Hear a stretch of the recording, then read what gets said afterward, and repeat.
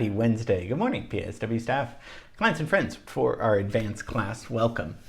We looked at Bach yesterday. I gave you a little intro and I wanted you to pay attention to that class. The father of Western music, of Western classical music. And I was thinking about that this morning because probably most music today comes from Bach. Isn't that crazy? And we're talking about, he was born in 1685. 1685. That's 2 million years ago. No, but that's a long time ago. And he set up the structure. We're going to get into more Bach but we're going to also listen to the song from the 1960s that everyone knows too.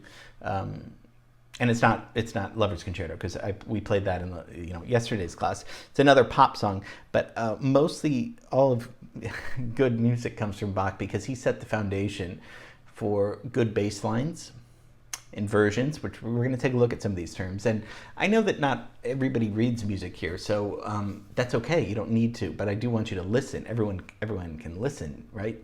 So we're going to be taking some very simple 4 measures, just 4 bar lines of stepward, downward motion, and listen to how Bach did this and how he's one of the most, iconic composers, even if you don't like his music, although it's pretty hard not to like. It's very satisfying music.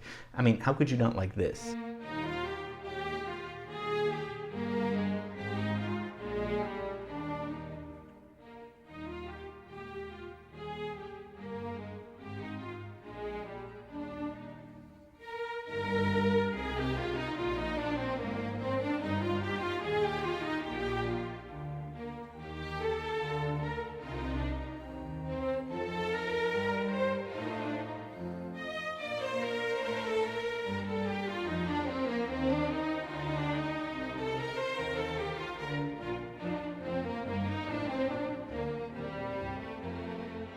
So expanding on counterpoint, right?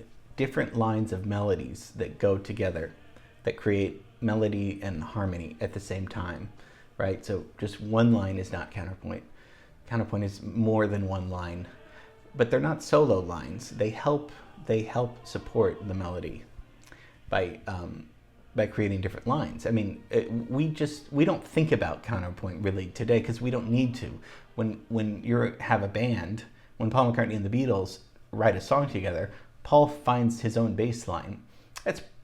He's creating counterpoint to support the melody, right?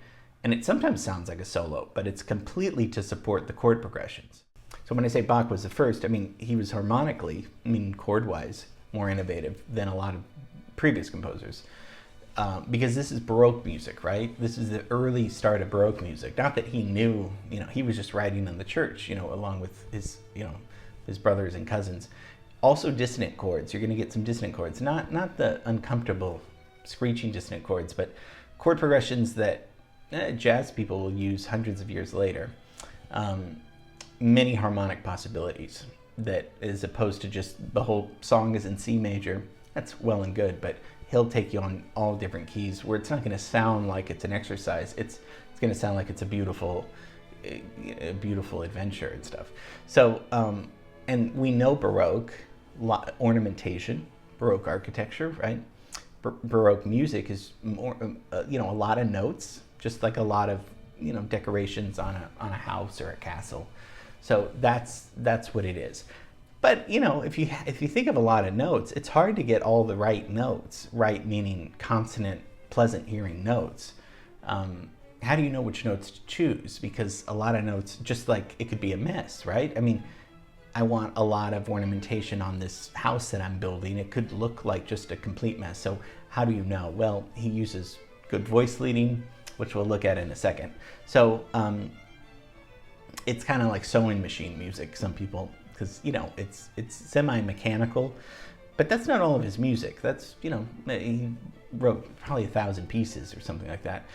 So Bach explored kind of more challenging and sophisticated music rather than Vivaldi, a little bit more than Vivaldi and Handel, which are composers that we've talked about that we'll expand on later. And of course, he wasn't really appreciated in his lifetime until later, until Mendelssohn. And Mendelssohn, we did a class on, and Mendelssohn was just like, boy, this guy's great, but that was 100 years after or something like that.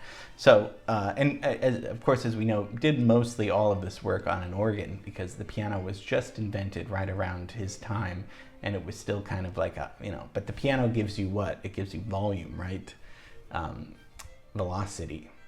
An organ and a harpsichord, you just get one volume sound, which is great. Piano gives you more sensitivity and stuff.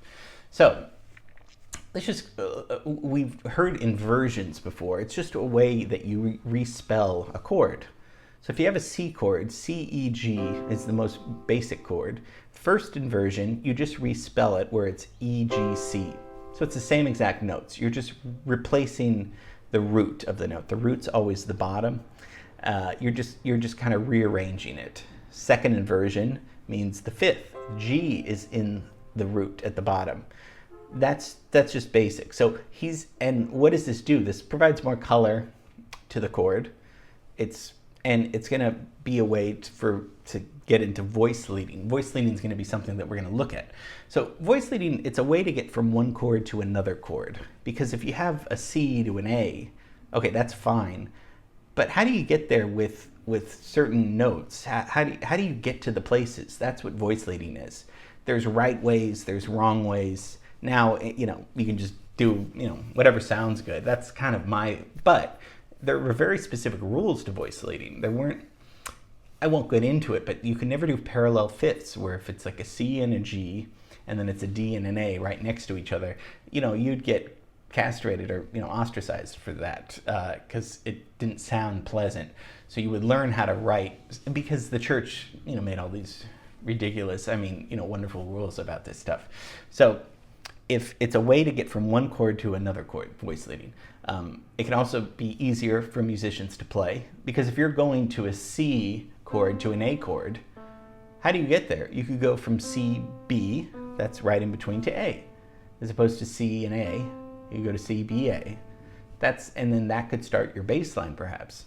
And if we think of C and A, there's a common tone. Common tones are very common. It means the same note, right? So if we have a C and an A minor chord, the common note in that is C, because C is also in the C chord, of course, and C is also in the A minor chord. So that note doesn't change. So that's a common tone. And this is all going to make sense when we listen to some examples. Let's listen to his voice leading in the Goldberg Variations, one of his most famous pieces. This key is in the key of G, okay? And we just really have to look at the first four measures. If we just look, we'll take a quick listen and then we'll look at it.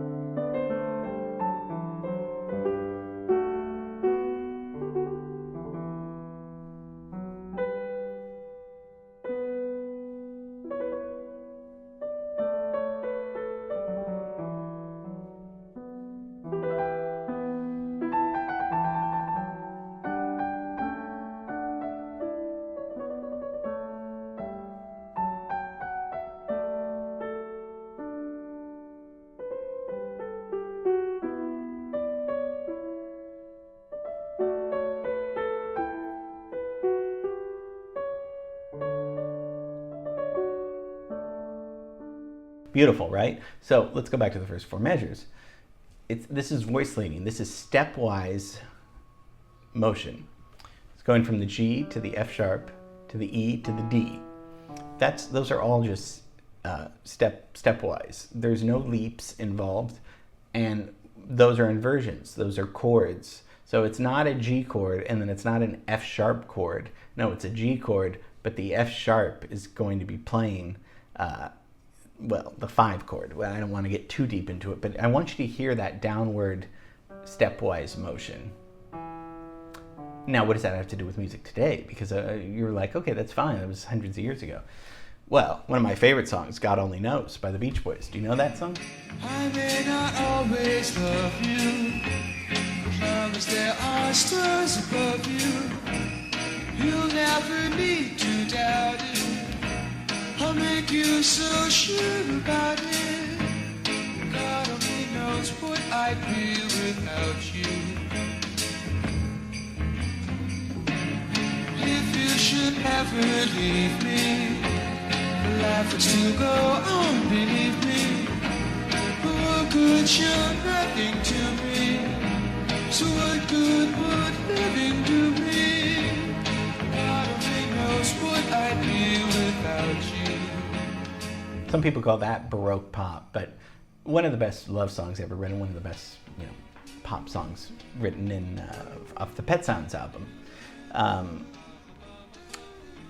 I mean, we could just take the last 4 bars of the first verse, and Brian Wilson is going to be doing the same thing that Bach does. Whether I think he was aware of that because he was listening to a lot of Bach. He said when he was writing this, but just listen to the last 4 bars.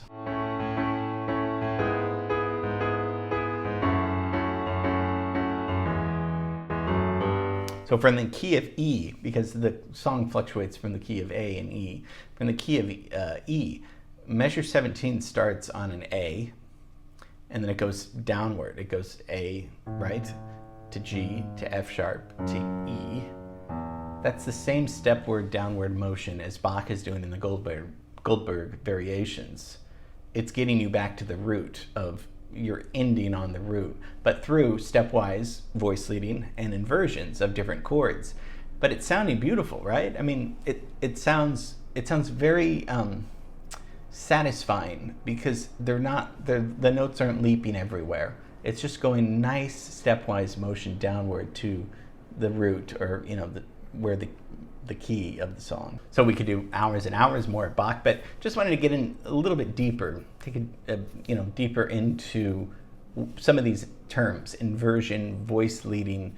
I just thought we should do that because really all Bach, the foundation of Bach's music is amazing. Even if you don't listen to Bach, it's so cool to think all the music we listen to now, pretty much all the music goes back to Bach, in the sense of bass lines, in the sense of chord progressions, inversion chords. People do all this stuff without knowing Bach. You don't need to know Bach, but it's very cool to see this all came from hundreds of years ago, whether it's Taylor Swift, whether it's The Clash or something like any pop band. Chord progressions, all these things. People were doing it before. We looked at Monteverdi. I mean, that was Renaissance music, but we weren't quite up to for lack of a better word, the song structure. Those were songs, on a guitar and stuff, but Bach really created the structure of, verse, chorus, perhaps, but it just became not better, but with Bach, everything fell into place where he had no idea he was doing this. That's what's good. You just keep working, and perhaps you'll change the world with your work. You don't know. You just have to keep working. Okay.